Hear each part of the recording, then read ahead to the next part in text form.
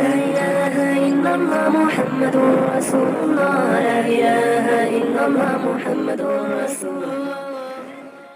بسم اللہ الرحمن الرحیم. کفر اور شرک کیا ہے؟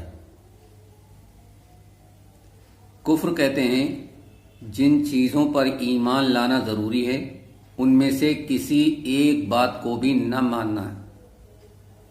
مثلا کوئی شخص اللہ تعالیٰ کو نہ مانے یا اللہ تعالیٰ کی صفات کا انکار کر دے یا 2-3 خدا مانے یا فرشتوں کا انکار کر دے یا اللہ تعالیٰ کی کتابوں میں سے کسی کتاب کا انکار کرے یا کسی پیغمبر کو نہ مانے یا تقدیر سے انکار کرے یا قیامت کے دن کو نہ مانے یا اللہ تعالیٰ کے احکام میں سے کسی حکم کا انکار کر دے یا رسول اللہ صلی اللہ علیہ وسلم کی دی ہوئی کسی خبر کو جھوٹا مانے تو ان تمام صورتوں میں وہ کافر ہو جائے گا.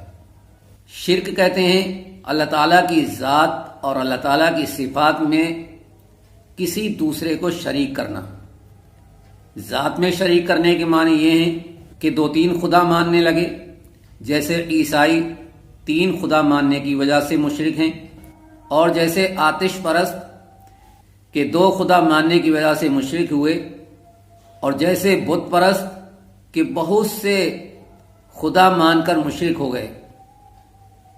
صفات میں شرک کرنے کے معنی یہ ہیں کہ اللہ تعالیٰ کی صفات کی طرح کسی دوسرے کے لیے کوئی صفت ثابت کرے. یہ شرک ہے، کیونکہ کسی مخلوق میں خواہ وہ فرشتہ ہو یا نبی، ولی ہو یا شہید، پیر ہو یا امام، اللہ تعالیٰ کی صفتوں کی طرح کوئی صفت ان کے اندر نہیں ہو سکتی. اللہ تعالیٰ ہم سب کو شرک اور کفر سے محفوظ فرمائے.